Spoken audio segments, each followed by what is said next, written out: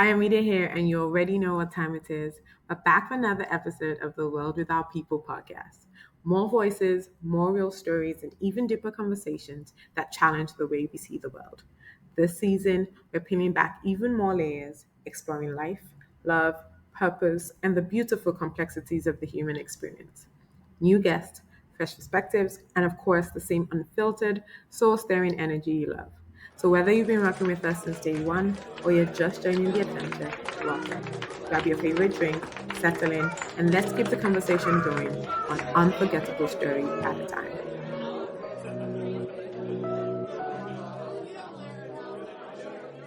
Hi everyone, I'm Mide here from the World Without People podcast. We are doing a series of Ayomide Unfiltered that we'll be sharing to hear me more than guests this time. So take one. The quiet rage of the Nigerian woman. They say not every Nigerian woman is angry. Some are just tired of swallowing their silence. I would just like you to speak about like the daily microaggressions Nigerian women face and how they try to suppress, explode, or evolve through them. Okay. I think it's weird to consider that, I've been back around for a short amount of time, so I hate to speak for all Nigerian women, but I think in the time that I've been here, the few things that I've seen, and sometimes it just feels silly to me. I think it's just that lack of regard, right? You're in the car and the cop stops the car. They hardly say anything to you unless you now then ignore them back. I've noticed that every time I ignore them, I don't say anything to them, I don't look at them when they stop the car, then they want to get my attention. Or you go out and as soon as you come out, the first thing they would say is, good afternoon, Oga, or whatever greetings to the man, and then don't say anything to you until much later. Obviously, in the instance of work, just that general lack of regard, like hello there, and they're always just trying to. And I don't know if men do it consciously or if people do it consciously, but I do realize that, and it's something that I've been getting a lot. You almost have to dress up, and you have to wear makeup, and then you have to do all of this before you're noticed. And then, I introduce myself, and I sometimes, just to get a response out of people, to see how people then change their attitude and their behavior, I then go, oh, my name is, Dr. Ayomide Robert or something like that, or I use my legal name. And you can see the expression change, the behavior change, the attitude change once you do that.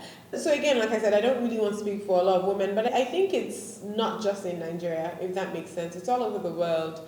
Women are generally, for many, many reasons. You see that a lot with how people like Serena Williams almost felt like they had to fight every time, because if their presence wasn't bold and they weren't this extra confident person and all of that, they would just be looked at as the angry black woman. I also just don't think it has to be our response. So I say that because I've been seeing this thing a lot, especially on social media, where they say, oh, if you don't, almost have to give people this anger attitude before they will respect you, before they will put boundaries. I've been hearing it at work lately. If you don't say, if you're nice or if they like you at work, that means you're not doing your job. I personally, as a child of God, don't believe in any of those. I particularly think that, as my name says, Ayomide, my joy is here.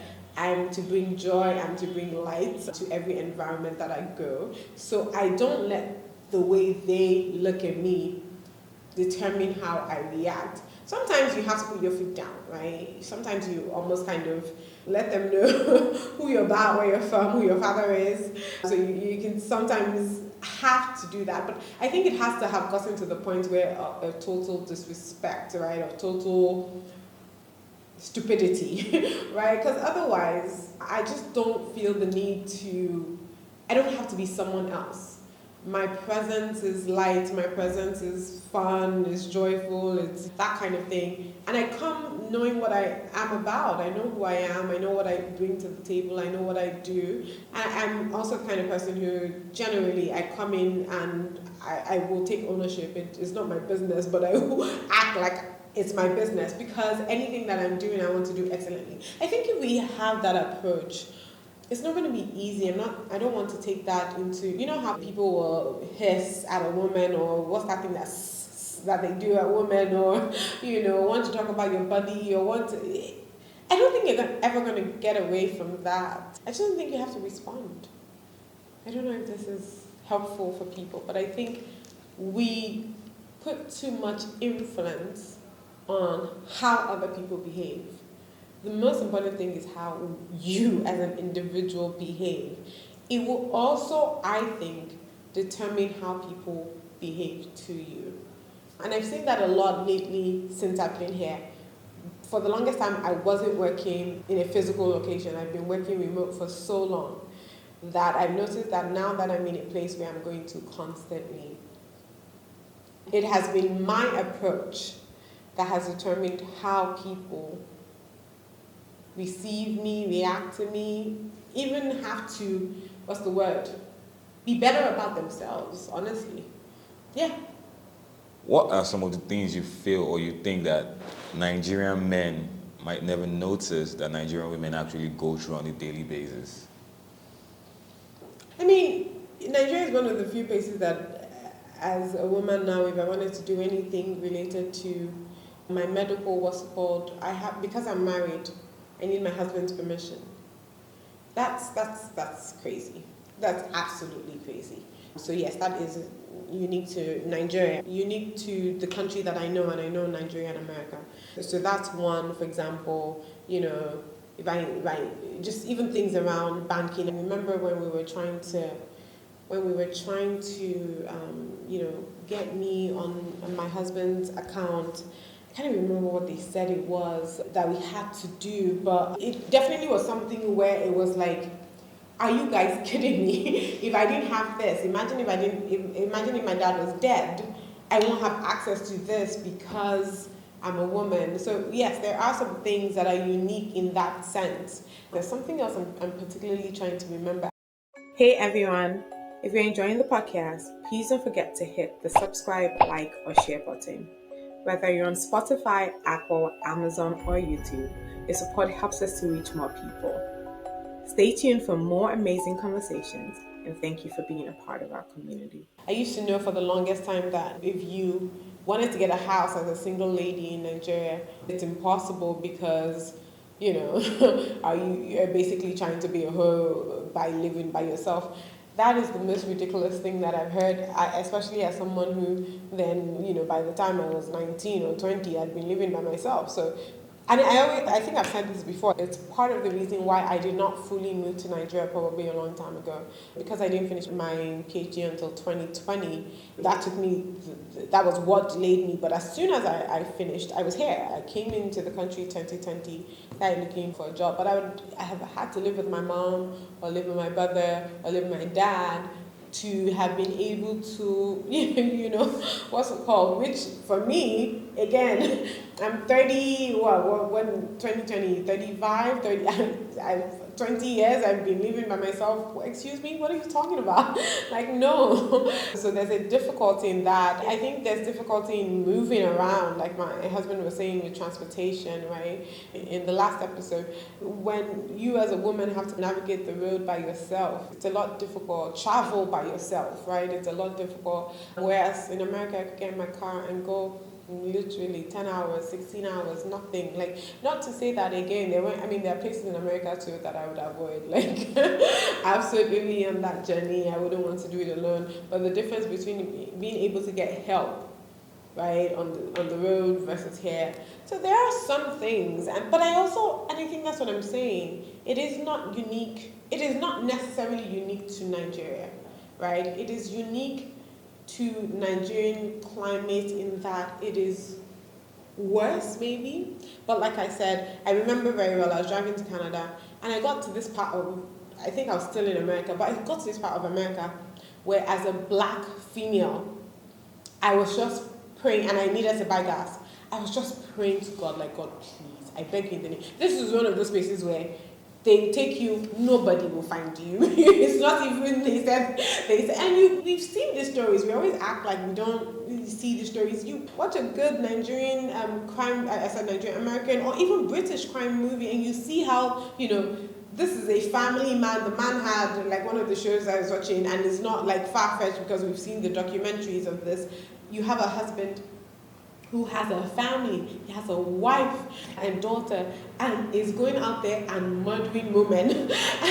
So we see it all the time. I think that's maybe even much more different than Nigeria. You don't see somebody who's an actual, he's a married man, he has his own children, but he's going around killing people and then going back home to his wife and sleeping with his wife. We don't see that in Nigeria as much, right? So that's what I'm saying, that sometimes it's not necessarily even the Nigerian context. I think what plays mostly into the Nigerian context is the patriarchy, is the man is God, man is the most important and all of that.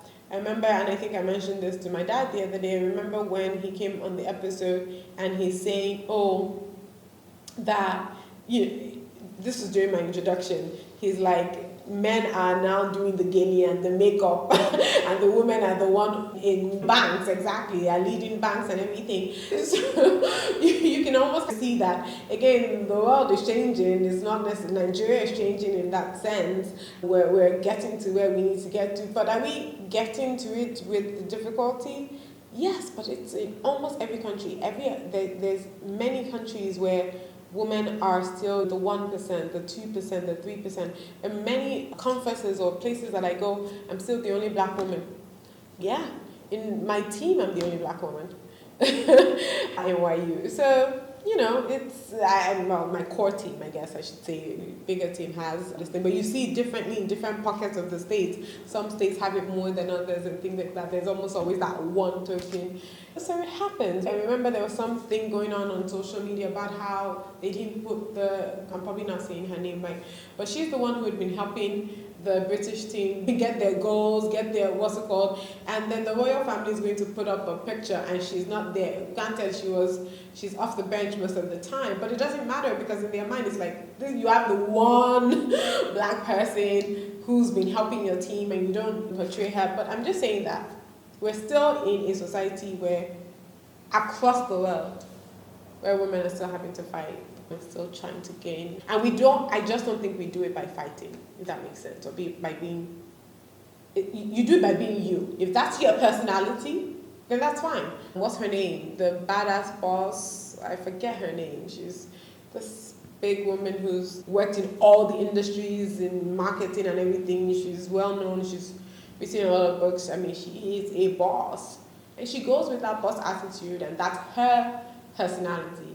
I don't go in there that way and I still win. So, maybe it's a personality thing too as well.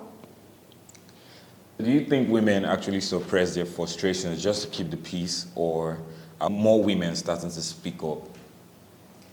But I think it depends on what it is, right? In any good partnership, you're going to have to suppress your frustration to be at peace. Sorry, I don't know, maybe I say these things too religiously, but it's like me and my husband. It's not everything that you can fight on. In fact, parents will tell you with toddlers, pick your battle. It's not everything that you can fight on. So I think that, yes, speak up about certain things. I think I would speak up if I was getting harassed sexually, right? Or harassed in any way, shape, or form. We need to speak up more. We can't because of a job and not speak up, or because of income not speak up. You don't want to get to a point where, how we used to say back then in the movies, your boss is, harassing you and wants to sleep with you, but you need the money at home, so then you won't tell your husband. That's why we're now seeing a lot of people talk about, their kids are somebody else's, what's it called? Some of it may not have actually been because the woman wanted to cheat. What if she wanted to keep her job and, wanted to keep the peace? That's stupid. Don't do that. But not everything is worth a battle, Yeah, I think that's just what I would say. I don't think everything is worth a battle. So let's speak up about things that, especially things that I think will affect the person that comes behind you. So imagine at home, don't let your husband beat you when your daughter is saying that, right? That's just, at work, right? don't, whatever, let's say, for example, sexual harassment, because let's say you even leave. Let's say you don't say anything and you just decide, okay, I'm not going to say anything, I'm just going to leave. Then the next person comes and is going to actually deal with the same thing. I like to think about doing a lot of what we do for the benefit of others. So if I'm trying to even speak up, it's because it's worth speaking about so that nobody else has to go through the same thing. And it can be as simple as even doing the job the right way, so that again, if I can improve the efficiency by 50%, then I want to improve the efficiency by 50%, not because of me, because I may not be in that job forever, but the next person that comes to do that job gets to benefit from that. So, yeah. What role do you think men play in making women feel heard or shutting them down?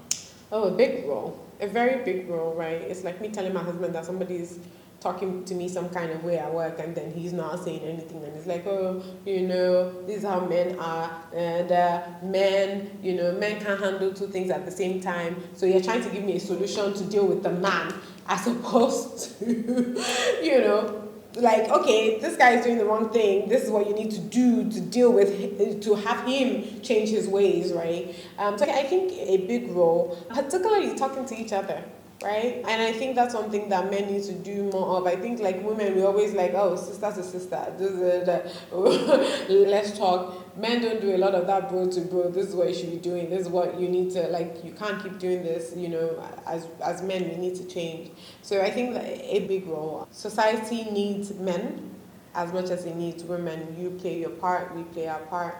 Society becomes a better place.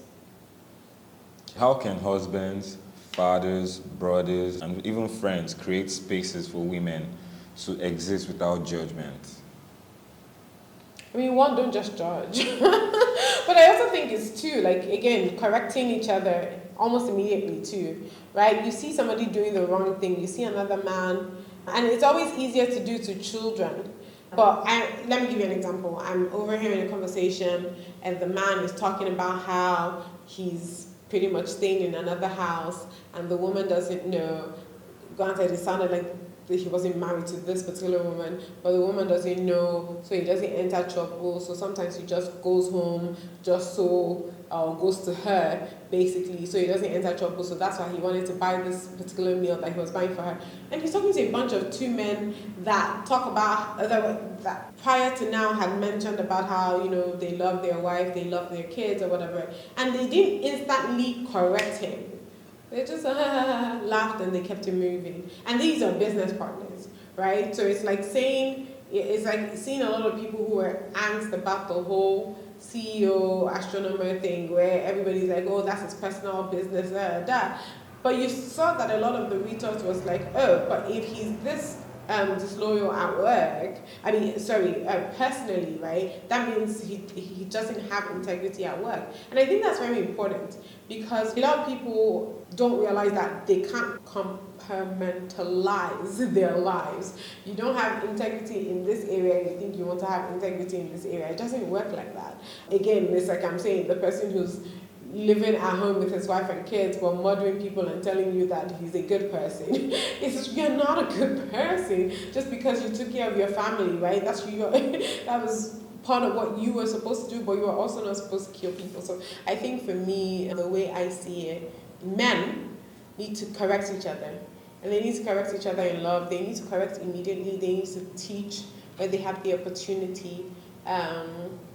And be willing to almost cut off, right? Those relationships where you see a person taking advantage of women. It's like, even if you don't have a sister, you were birthed from a mom. So imagine that your best friend is someone who is actively cheating on someone, and you're the one helping him hide it, right? Or actively killing people, and you're the one helping him hide it, or beating, his spouse, and you know about it, and you're tolerating it. I think that's really where men fail, because I would expect that somebody would say, yo, if you're a man that is beating is beating your wife, then you're not my friend. We can't be friends. And I think women are able to do that a lot more when, like your man cheats on your friend and you're like, nope, you're no longer my friend. And men don't seem to be able to do that, and it's not, I think, it's a subtle thing that they can do that makes a difference. Okay. What actually gives you hope about the next generation of Nigerian women and Nigerian men? What gives me hope? I don't think I've thought too much about it.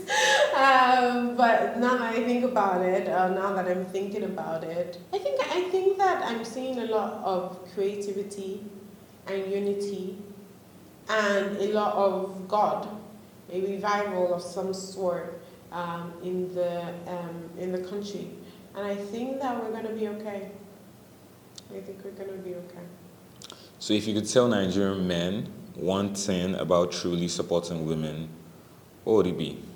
Yeah, I think it's what I said earlier. Have our backs, right? Have our backs. I think it's not okay for us to still be doing that thing where you're calling somebody our Iyawo, meanwhile you know that he's sleeping around, right? I think we've gone past that.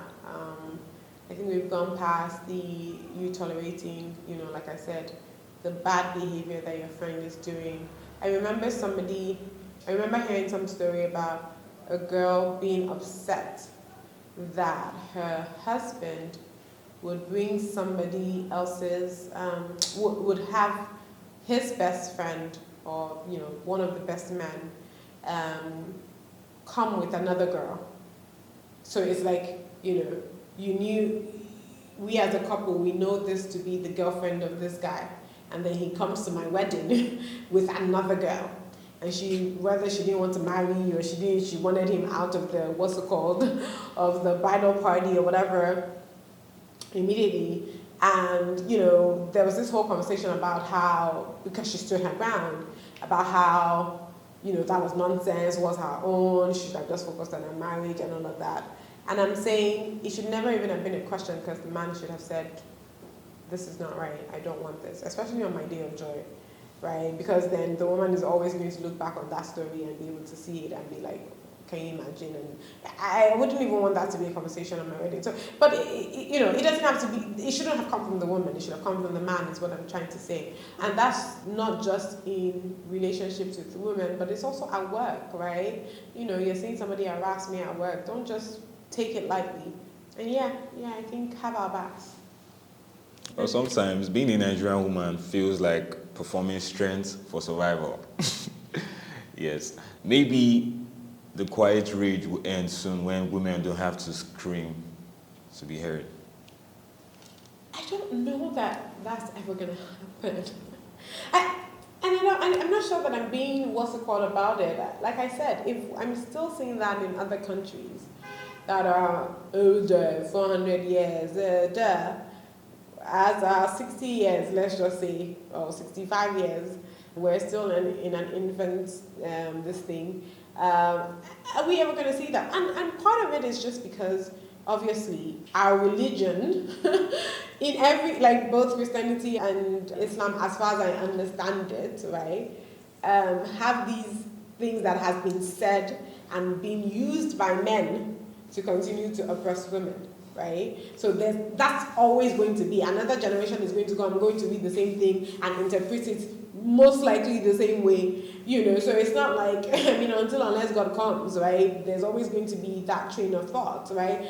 And then I don't know what other religions do, but all the people that follow the Shango, all of that stuff, how they rape women, let's talk about it. So you have to understand that the foundation is not even just cultural, right? Because again, in other countries, women were not allowed to read, were not allowed to go to school, were not allowed to, it was white women were not allowed to do all of that stuff. So it wasn't like, oh, this was just done against black women. Do you understand what I'm trying to say? So I think for me, I'm just saying, I don't think that's the fight. The fight is in your own home, in your own space, in your own, what are we doing? What is your husband doing? What are you, the wife, doing? What are we all doing? Microcosms of effect of change is all that we can do, but it's not going to be a worldwide, do you remember, this is not, do you remember a time when women did not know how to drive? That is, we're not going to go back to that kind of thing. But are we going to always hear people tell you, even women are telling people not to dress a certain way to the gym? Are we ever not going to have that? I don't think so. Are we never going to have it's how you dress that is making people want to rape you? I don't think so. I mean, women would almost literally have to change to looking like men for that. And then you get complaints again. Do you understand? So it's never going to be a worldwide hearing. But we are changing it, and we will continue to. Like my dad said, I mean, think about most of the major industries in Nigeria. Women are taking over. Doesn't mean they'll still disrespect. Many of those women that have been taken over, we see that at home, they're still, some of them, let me say, some of them are still, not regarded at home, subservient at home, not happy at home, are being mistreated at home. So it's not like it's one or the other, right? So we have to accept that the world isn't necessarily always going to be right or fair or kind. We just play our own part. All right. Thank you, everyone. I appreciate you. I hope you enjoyed these little sections of Ayomide Unfiltered that we will be doing. Let me know if you have any questions, if you have anything for me to share you want me to talk about. I appreciate you. Thank you for joining me in today's episode. Just like you would share with friends about a great book you read, don't forget to share this if you enjoyed it. Connect with us on IG and Twitter at TWWPcast and get details on the website at worldwithoutpeople.org. And hey, remember to make loving others the story of your life. Until next time, this is the World Without People.